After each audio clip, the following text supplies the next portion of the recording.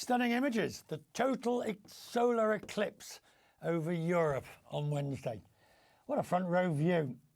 And it comes from the Iberia special flight over Spain, chartered for a group of researchers observing the flight. The flight is a bright spot during a challenging summer for European airlines. Chaos over the border control system, migration dispute between Italy and Spain, and jet fuel supply strains from the Iran war. Marco Sansavini is the chief executive of Iberia. Marco, it is good to see you, sir. Firstly, congratulations on your on the Eclipse flight. I guess it was a no-brainer when somebody came up to you and said, hey, we want to put a plane in the sky to see this take place.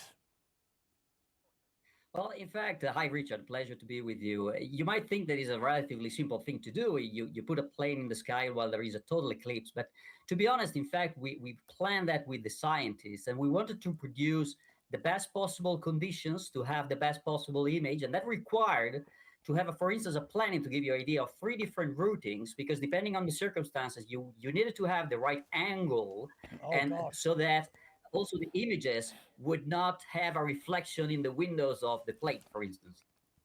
Believe me, I've taken enough bad pictures out of the plane window that all I can ever see is my own nose because of it. Look, sir, let's talk about how the summer is going.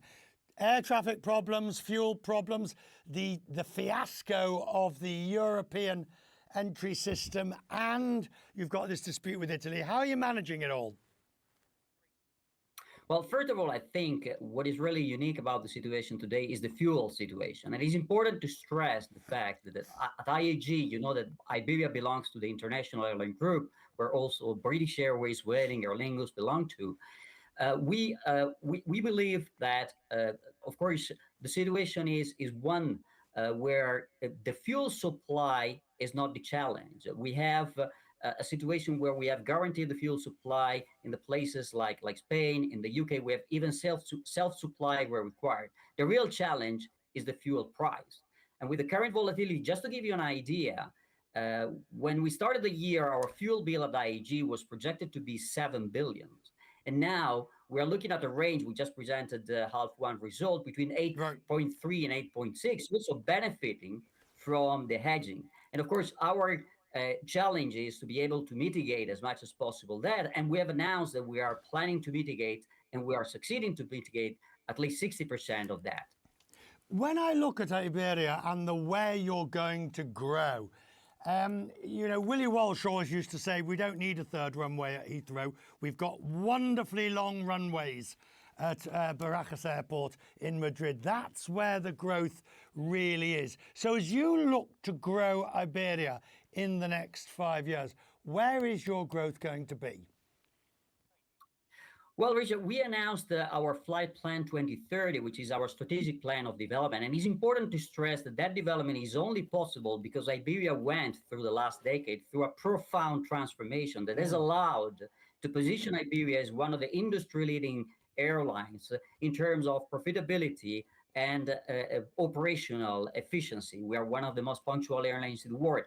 And on that base, we were able to then receive the confidence of an investment of 6 billion euros in the expansion of our fleet, our network, and our customer proposition. On that base, our plan is to develop our footprint primarily in our core markets, being first of all Latin America, where Iberia is the leading operator, and also in North Atlantic. To give you an idea, just in the last 12 months, we integrated in our fleet 8 new Airbus 321 XLR. As you know, we were a launching customer, and also 1 additional 350-900. And with that, we were able to expand 6 new long-haul destinations, 2 in the US, Newark and Orlando, 2 in Brazil, Fortaleza and Recife, 1 in Mexico with Monterrey, and Canada, Toronto.